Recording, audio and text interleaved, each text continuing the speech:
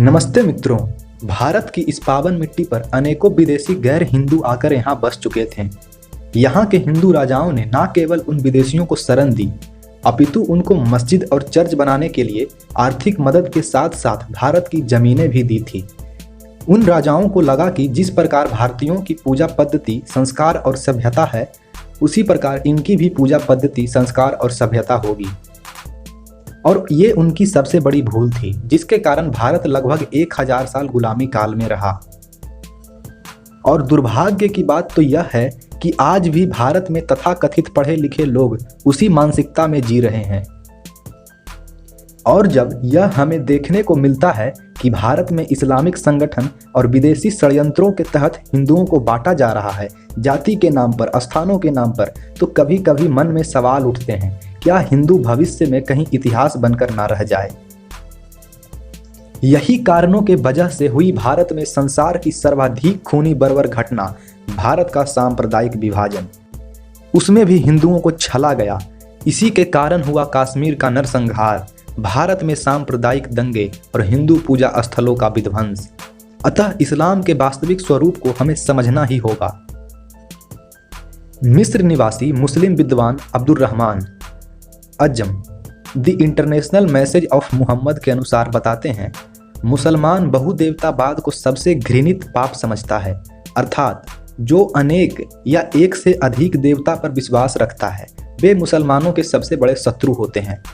इसलिए ऐसे पापी को अल्लाह के क्रोध से बचने के लिए वह उसे तब तक प्रताड़ित करता है जब तक वह इस्लाम स्वीकार ना कर ले। मौदूदी ने अप्रैल 1939 में इस्लाम एंड नेशनलिज्म विषय पर एक लेख लिखा। इस्लाम और राष्ट्रवाद दोनों भावना और उद्देश्य की दृष्टि से एक दूसरे के विरोधी हैं। जहां राष्ट्रवाद है वहां इस्लाम कभी फल फूल नहीं सकता, और जहां इस्लाम है वहां राष्ट्रवाद के लिए कोई जगह नहीं है। और यह बिल्कुल सत्य है, क्योंकि अगर मुसलमानों के लिए राष्ट्र सर्वोपरि होती तो वह भारत का विभाजन कभी नहीं चाहते, और वो भी पंथ मजहब के नाम पर। इस्लाम अपनी इसी मानसिकता के कारण कभी पंथ निरपेक्ष सेक्युलर नहीं हो सकता। जहां भी इस्लाम का शासन है अथवा मुसलमान बहुसंख्यक है, वहां अल्पसंख्यकों को मार दिया गया, या फिर उन्होंने इस्लाम अपना लिया, या फिर उनको वहां से भागना पड़ा है। क्या इस संकीर्ण जिहादी विचारधारा की तुलना हिंदुओं की अहिंसक और उदारवादी विचारधारा से की जा सकती है? कभी नहीं। इस्लाम और मुसलमानों का यह मानना है कि कोई भी महमूद नहीं है सिवाय अल्लाह के, अर्थात अल्लाह के सिवा कोई और ईश्वर नहीं है। और यह वे कहते भी हैं, ला इलाहा इल्लल्लाह मुहम्मदुर रसूलुल्लाह, अल्लाह के सिवा कोई ईश्वर नहीं है और उसका रसूल मुहम्मद है। इस्लाम हमेशा मार काट और खून खराबा में विश्वास करता था, है और जब तक रहेगा तब तक करेगा।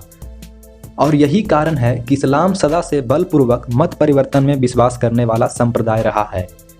इतिहास साक्षी है कि इस्लाम के विस्तार की कहानी तलवार की नोक और खून की स्याही से ही लिखी गई है। इसलिए हिंदुओं की अहिंसक और उदारवादी विचारधारा से इन मुसलमानों की जिहादी विचारधारा से तुलना नहीं की जानी चाहिए, और तुलना करने योग्य भी नहीं है। आज के लिए इतना ही। वीडियो अच्छी लगी हो तो लाइक करें, शेयर करें, और अगर आप हमारे चैनल पर नए हो तो हमारे YouTube चैनल को सब्सक्राइब करना ना भूलें। धन्यवाद। जय हिंद, वंदे मातरम, जय मां भारती।